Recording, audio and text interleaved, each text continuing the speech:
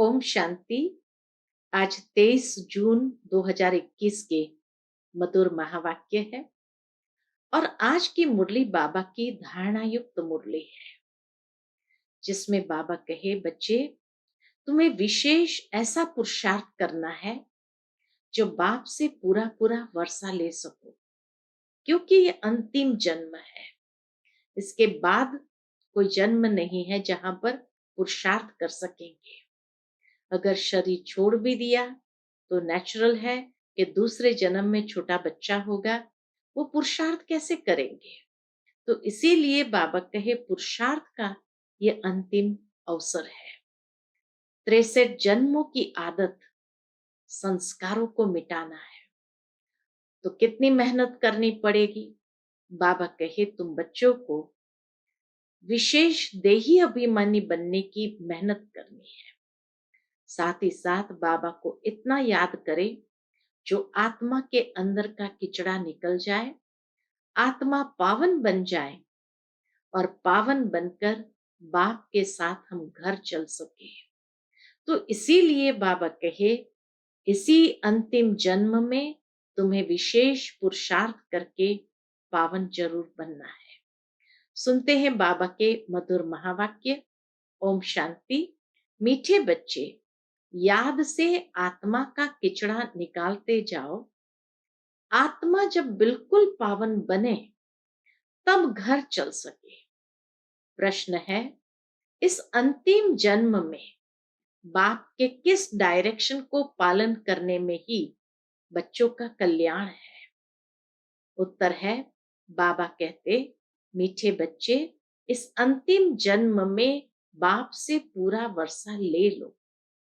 बुद्धि को बाहर में भटकाओ मत। विष को छोड़ अमृत पियो। इस अंतिम जन्म में ही तुम्हें 63 जन्म की आदत मिटानी है। इसीलिए रात दिन मेहनत कर देही अभिमानी बनो। ओम शांति। शांति धाम विश्रामपुरी है। इस दुनिया से सब थके हुए हैं, चाहते हैं कि हम अपने सुखधाम में जाएं। यह दुनिया अच्छी नहीं लगती। स्वर्ग को देखते हैं तो नरक से दिल कैसे लगे। कहते हैं बाबा जल्दी करो, इस दुखधाम से ले चलो। बाप भी समझाते हैं, यह तो छीछी दुनिया है। इनका नाम ही है डेविल वर्ल्ड, नरक। यह कोई अच्छा अक्षर है क्या?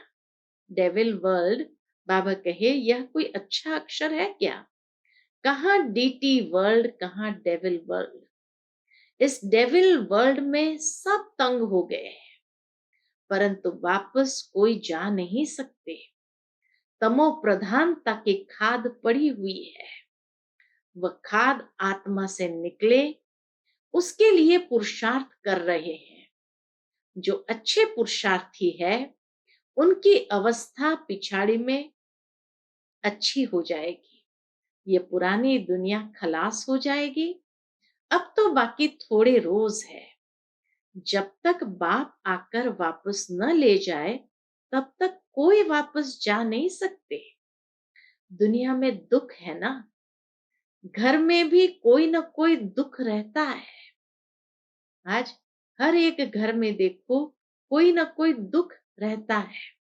तुम बच्चों की दिल में है, बाबा अब हमें दुखों से छुड़ाने आए हैं। जो अच्छे निश्चय बुद्धि है वह बाप की याद को कभी भूलते नहीं। बाबा की याद मजबूत तब होगी जब अच्छे निश्चय बुद्धि होगी। तो बाबा कहे उनको कहा ही जाता है सर्व का दुख हरता। शिव बाबा को कहा ही जाता है सर्व का दुख हरता। बच्चे ही पहचानते हैं। अगर सब पहचान ले तो फिर इतने सब मनुष्य कहाँ आकर बैठे। ये हो न सके, इसलिए ड्रामा में युक्ति भी ऐसी रची हुई है। जो श्रीमत पर चलते हैं वही ऊंच पद पा सकते हैं। वह तो ठीक है, सजाएं खाकर भी शांति धाम अथवा पावन दुनिया में जाएंगे। परंतु ऊंच पद पाने के लिए तो पुरुषार्थ करना पड़े ना। शांति धाम तो सब जाएंगे, लेकिन बाबा कहे ऊंच पद पाने के लिए पुरुषार्थ करना पड़े ना। दूसरा, पावन बनने बगैर पावन दुनिया में कोई जा न सके। तो एक तो ऊंच पद पाने का पुरुषार्थ करना है, दूसरा बाबा कहे पावन बनने बगैर पावन दुनिया में कोई जा न सके। यह जो कहते हैं कि फलाना ज्योति ज्योत समाया वापस गया, यह हो नहीं सकता। जो पहले पहले सृष्टि पर आए हैं लक्ष्मी नारायण, वह भी वापस जा नहीं सकते, तो और कोई कैसे जा सकते हैं। इनके भी अब 84 जन्म पूरे हुए, अब जाने के लिए तपस्या कर रहे हैं। सब पुकारते ही है एक बाप को, ओ गॉड फादर, ओ लिबरेटर। वह गॉड फादर है, दुख हरता सुख करता। कृष्ण आदि और किसको थोड़ी पुकारते हैं। क्रिश्चियन हो, मुसलमान हो, सब ओ गॉड फादर कह बुलाते हैं। आत्मा बुलाती है अपने फादर को। फादर कहते हैं तब है, बाबा कहे फादर कहते तब है जब समझते हैं हम आत्मा है। आत्मा भी कोई चीज है ना, आत्मा कोई बड़ी चीज नहीं है। वह तो एक स्टार है, वह तो एक स्टार है और अति सूक्ष्म है। जैसे बाबा है वैसे ही आत्मा का स्वरूप है। अब तुम बाप की महिमा करते हो, वह सत चित है, ज्ञान का सागर, आनंद का सागर है। तुम्हारी आत्मा भी उनके समान बनती है। तुम्हारी बुद्धि में अब सारे सृष्टि के आदि मध्य अंत का ज्ञान आ गया है, और कोई मनुष्य मात्र में यह ज्ञान नहीं है। सारा भारत, सारी विलायत ढूंढ लो, कोई को भी पता नहीं। बाबा कहे सारा भारत, सारी विलायत ढूंढ लो, कोई को भी इस ज्ञान का पता नहीं। आत्मा 84 जन्मों का पाठ बजाती है। 84 लाख तो इम्पॉसिबल है। 84 लाख जन्म का तो कोई वर्णन ही न कर सके। बाप कहते हैं तुम अपने जन्मों को नहीं जानते हो, हम सुनाते हैं। वह सब सुनते हुए भी पत्थर बुद्धि समझते नहीं कि 84 लाख जन्म हो तो कोई सुना ही कैसे सकते। अभी तुम जानते हो हम ब्राह्मण हैं, हमने 84 जन्म लिए हैं। ब्रह्मा ने भी 84 जन्म लिए हैं, विष्णु ने भी 84 जन्म लिए हैं। ब्रह्मा सो विष्णु, विष्णु सो ब्रह्मा। लक्ष्मी नारायण ही 84 जन्म ले, फिर ब्रह्मा सरस्वती बनते हैं। यह भी समझने की बात है। बाबा कहे यह भी समझने की बात है ना। बाप कहते हैं हर 5000 वर्ष बाद आकर समझाता हूं। 5000 वर्ष का चक्र है। अभी तुमने वर्णों का राज भी समझा है, हम सो का अर्थ भी समझा है। हम आत्मा सो देवता बनते हैं, फिर हम सो क्षत्रिय, हम सो वैश्य शूद्र बनते हैं। इतने इतने जन्म लेते हैं, फिर हम सो ब्राह्मण बनते हैं। ब्राह्मणों का यह एक जन्म है। यह है ही तुम्हारा हीरे जैसा जन्म। बाप कहते हैं यह तुम्हारा उत्तम शरीर है, इससे तुम स्वर्ग का वर्षा पा सकते हो। इसीलिए अब और कोई तरफ भटको मत। बाबा कहे और कोई तरफ भटको मत, ज्ञान अमृत पियो। समझ में भी आता है। क्या समझ में आता है? बरोबर 84 जन्म लेते हैं। तुम पहले सतयुग में सतो प्रधान थे, फिर सतो बने, फिर चांदी की खाद पड़ी। एकदम पूरा हिसाब बताते हैं। बाबा आकर पूरा एक एक जन्म का, पूरे 84 जन्म का हिसाब बताते हैं। अब गवर्नमेंट भी कहती है सोने में खाद मिलाओ, यानी सोने में एलॉय मिलाओ, 14 कैरेट सोना पहनो, सोने में खाद डालना।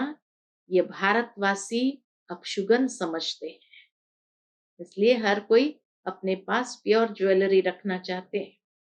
शादी कराते हैं तो एकदम सच्चा सोना पहनते हैं। सोने पर भी भारतवासियों का बहुत प्यार है। हर भारतवासियों का सोने पर भी बहुत प्यार है। क्यों? भारत की बात मत पूछो। सतयुग में तो सोने के महल थे, सोने की ईंटें थी। जैसे यहाँ ईंटों की ढेरी लगी रहती है, वहां सोने चांदी की ढेरी रहती है। माया मच्छंदर का खेल दिखाते हैं कि ट्रांस में गए और वहां सोने की ईंटें देखी, सोचा ले चलते हैं। यहाँ आकर के देखते हैं कुछ भी नहीं है। तो इसीलिए बाबा उसको कहते हैं माया मच्छंदर का खेल दिखाते हैं। उसने सोने की ईंटें देखी, सोचा ले जाता हूं। नीचे उतरा तो देखा तो कुछ भी नहीं है, कुछ न कुछ बात लगती है। बच्चियां समझती है अभी हम फिर से स्वर्ग में जाते हैं। फिर अगर पति आदि तंग करते हैं तो बेचारी अंदर में रोती है, कब हम सुखधाम में जाएंगे, बाबा अब जल्दी करो। बाप कहते बच्चे जल्दी कैसे करूं, पहले तुम योग बल से अपना किचड़ा तो निकालो, योग की यात्रा पर रहो। बाप धीरज देते हैं, पुकारते हो हे पतित पावन आओ, गाते भी है सर्व का सदगति दाता एक। यहाँ की ही बात है। अकासुर बकासुर ये सब बातें इस संगम समय की है। यह है ही आसुरी दुनिया। तो बाप समझाते हैं मैं कल्प कल्प संगम पर आता हूं। जब सारा झाड़ जर्जरीभूत अवस्था को पाता है, तुम जानते हो सतयुग में हर चीज सतो प्रधान होती है। यहाँ इतने पंछी जानवर आदि है, यह सब इतने वहां नहीं होंगे। बड़े आदमियों के पास अच्छी सफाई रहती है, उनके रहने का स्थान फर्नीचर आदि बहुत अच्छा होता है। तुम भी इतने ऊंच देवताएं बनते हो, वहां ऐसी कोई छीछी चीज रह न सके। यहाँ तो मच्छर आदि अनेक प्रकार की बीमारियां, कितनी गंदगी रहती है। गांवों में इतना गंद नहीं रहता, बड़े बड़े शहरों में बहुत गंदगी रहती है, क्योंकि बहुत मनुष्य हो गए हैं, रहने की जगह नहीं है। तुम सारे विश्व के मालिक बनते हो। सतयुग में तो सारे विश्व के मालिक बनते हो। मनुष्य गाते हैं घट में है ब्रह्मा, घट में ही विष्णु। मनुष्य गाते हैं घट ही में ब्रह्मा, घट ही में विष्णु, घट ही में 9 लाख तारे। ऐसी कहावत है। तो बाबा कहे वो सर्वव्यापी समझ लेते हैं। ब्रह्मा सो विष्णु बन जाते हैं, विष्णु के साथ सितारे भी हैं। सतयुग में यह देवता बनते हैं तो इतने थोड़ी होते हैं। झाड़ पहले छोटा होता है, फिर वृद्धि को पाता है। सतयुग में तो बहुत थोड़े होंगे, मीठी नदियों के पर रहते होंगे। यहाँ नदियों से बहुत कैनाल्स निकालते रहते हैं। बाबा कहे यहाँ नदियों से बहुत कैनाल्स निकालते हैं। कैनाल्स माने नहरें निकालते हैं। वहां कैनाल्स आदि थोड़ी होते हैं। सतयुग में नहर की सिस्टम ही नहीं होती। मुट्ठी जितने तो मनुष्य होते हैं, थोड़े से ही तो मुट्ठी भर तो मनुष्य होते हैं। इसलिए बाबा कहे वहां कैनाल्स आदि थोड़ी होते हैं। इतने के लिए गंगा जमुना है ही, उन नदियों के ही आसपास रहते हैं। पांच तत्व भी देवताओं के गुलाम बन जाते हैं। कभी भी बेकायदे बरसात नहीं पड़ती, कभी नदी उछल नहीं खाती। नाम ही है स्वर्ग, तो फिर क्या। अब कहते हैं स्वर्ग की आयु इतने लाखों वर्ष है। अच्छा भला वह कौन राज्य करते थे, यह तो बताओ। कितने गपोड़े लगाते रहते हैं। तुम जानते हो, हम कल्प पहले मुआफे के पाठ बजा रहे हैं। रुद्र ज्ञान यज्ञ में अनेक प्रकार के असुरों के विघ्न पड़ेंगे। फिर मनुष्य समझते हैं असुर लोग ऊपर से गंध गोबर आदि डालते थे, परंतु नहीं। तुम देखते हो कितने विघ्न पड़ते हैं इस यज्ञ के अंदर, कितने विघ्न पड़ते हैं। अबलाओं पर अत्याचार होते हैं, तब तो पाप का घड़ा भरेगा। बाप कहते हैं थोड़ा सहन करना पड़ेगा। तुम अपने बाप और वर्षे को याद करते रहो। मार खाने समय भी बुद्धि में याद करो शिव बाबा। किसको याद करना है? शिव बाबा। तुमको तो बुद्धि में ज्ञान है। किसको फांसी पर चढ़ाते हैं तो पादरी लोग कहते हैं गॉड फादर को याद करो। ऐसे नहीं कहेंगे क्राइस्ट को याद करो। इशारा गॉड के लिए करते हैं। वह इतना लवली है, सब उनको पुकारते हैं। परमात्मा गॉड फादर इतना लवली है, सब उनको पुकारते हैं। आत्मा ही पुकारती है। अब देही अभिमानी बनने में ही मेहनत है।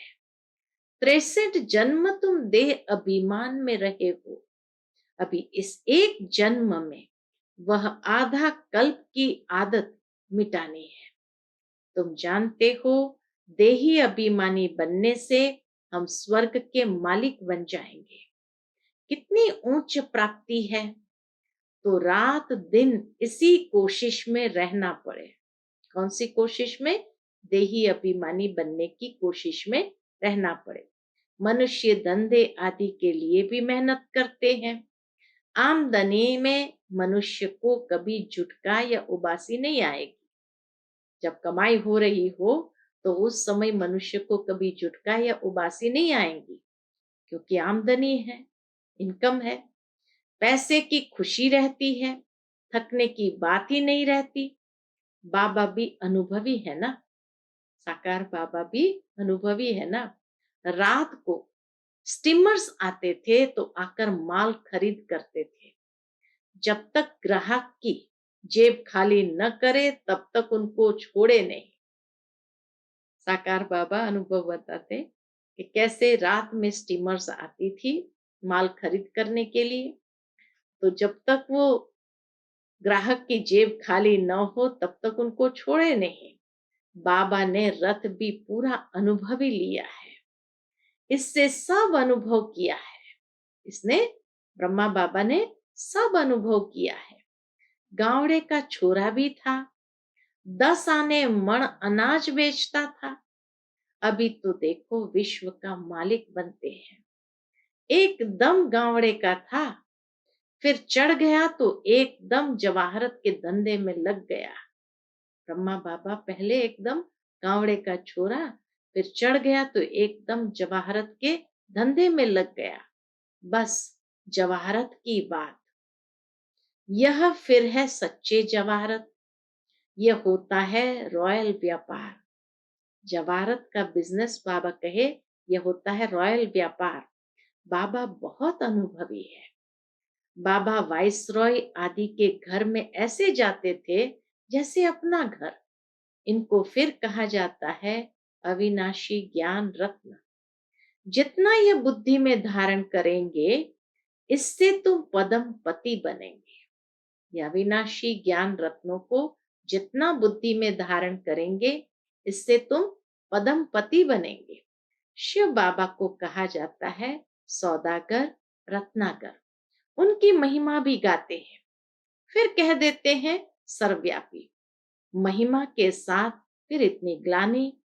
कैसी हालत हो गई है भक्ति मार्ग की। बाप कहते हैं जब भक्ति पूरी होती है तब भक्तों का रक्षक बाप आते हैं। बहुत भक्ति कौन करते हैं यह भी सिद्ध हो जाता है। सबसे जास्ती भक्ति तुम करते हो, वही यहाँ आकर पहले पहले ब्राह्मण बनते हैं। जो सबसे जास्ती भक्ति करते हैं वही आकर यहाँ पहले पहले ब्राह्मण बनते हैं और बाप से वर्षा लेते हैं। फिर से पूज्य बनने का रावण ने पुजारी बनाया है, बाप पूज्य बनाते हैं। यह है भगवान वाच। भगवान एक है, दो तीन भगवान होते नहीं। गीता भगवान की गाई हुई है। शिव भगवान वाच के बदले कृष्ण का नाम ठोक दिया है, तो कितना फर्क हो गया। परमात्मा के बदले देवता का नाम डाल देने से कितना फर्क हो गया है। ड्रामा अनुसार फिर भी गीता का नाम ऐसे बदलना ही है। फिर बुलाते हैं हे पतित पावन आओ। बाप पावन बनाते हैं, रावण पतित बनाते हैं। तो समझने की कितनी बुद्धि चाहिए। हर एक बात को गहनता से सूक्ष्मता से समझने की बाबा कहे कितनी बुद्धि चाहिए। श्रीमत से, श्रीमत श्रेष्ठ ते श्रेष्ठ मत है किसकी, एक बाप की। श्रीमत श्रेष्ठ ते श्रेष्ठ मत है ही एक बाप की। ये लक्ष्मी नारायण स्वर्ग के मालिक बाप की मत से ही तो बने हैं, अपने आप थोड़ी बन गए। नहीं, बाबा कहे परमात्मा जब आते हैं संसार में श्रीमत देते हैं तो उनकी श्रीमत से ही ये लक्ष्मी नारायण स्वर्ग के मालिक बनते हैं। अच्छा, मीठे मीठे सिकिलते बच्चों प्रति माता पिता बाप दादा का याद प्यार और गुड मॉर्निंग। रूहानी बाप की रूहानी बच्चों को नमस्ते। हम सब रूहानी बच्चों की रूहानी माता पिता बाप दादा को याद प्यार गुड मॉर्निंग और नमस्ते। नमस्ते, शुक्रिया बाबा, शुक्रिया। आज की मुरली से धारणा के लिए मुख्य सार है। पहली पॉइंट, इस एक जन्म में 63 जन्म के पुराने देह अभिमान की आदत मिटाने की मेहनत करनी है। देही अभिमानी बन स्वर्ग का मालिक बनना है। दूसरी पॉइंट, इस हीरे तुल्य उत्तम जन्म में इस बुद्धि को भटकाना नहीं है। इतना ऊंचे ते ऊंचा हीरे तुल्य जन्म संगम युग का, बाबा कहे इसमें बुद्धि को भटकाना नहीं है। सतो प्रधान बनना है। अत्याचारों को सहन कर बाप से पूरा वर्षा लेना है। आज का बाबा का मधुर वरदान है, सोचना बोलना और करना। सोचना बोलना और करना तीनों को समान बनाने वाले सर्वोत्तम पुरुषार्थी भव। विस्तार है, सभी शिक्षाओं का सार है कि कोई भी कर्म से देखने उठने बैठने चलने सोने से फरिश्तापन दिखाई दे। हमारे कोई भी कर्म से लोगों को क्या दिखाई दे, फरिश्तापन दिखाई दे। हर कर्म में अलौकिकता हो, कोई भी लौकिकता कर्म व संस्कारों में न हो। सोचना करना बोलना सब समान हो। ऐसे नहीं कि सोचते तो थे कि यह न करे लेकिन कर लिया। जब तीनों ही एक समान और बाप समान हो तब कहेंगे श्रेष्ठ व सर्वोत्तम पुरुषार्थी। आज का बाबा का स्लोगन है, जिम्मेवारी उठाना अर्थात एक्स्ट्रा दुआओं का अधिकारी बनना। कोई भी जिम्मेवारी उठाते हैं माना एक्स्ट्रा दुआओं के अधिकारी बन जाते हैं। तो इसीलिए बाबा कहे जिम्मेवारी उठाना अर्थात एक्स्ट्रा दुआओं का अधिकारी बनना। क्योंकि कोई भी कार्य जब जिम्मेवारी से करते हैं तो उससे सबको खुशी मिलती है, प्रेरणा मिलती है। तो अपने आप सबकी दुआएं प्राप्त होने लगती है। इसीलिए बाबा कहे, जिम्मेवारी उठाना अर्थात एक्स्ट्रा दुआओं का अधिकारी बनना। अच्छा, Om Shanti. To watch Peace of Mind channel videos on YouTube, subscribe us on youtube.com/tvpeaceofmind. Just a click for a peaceful life.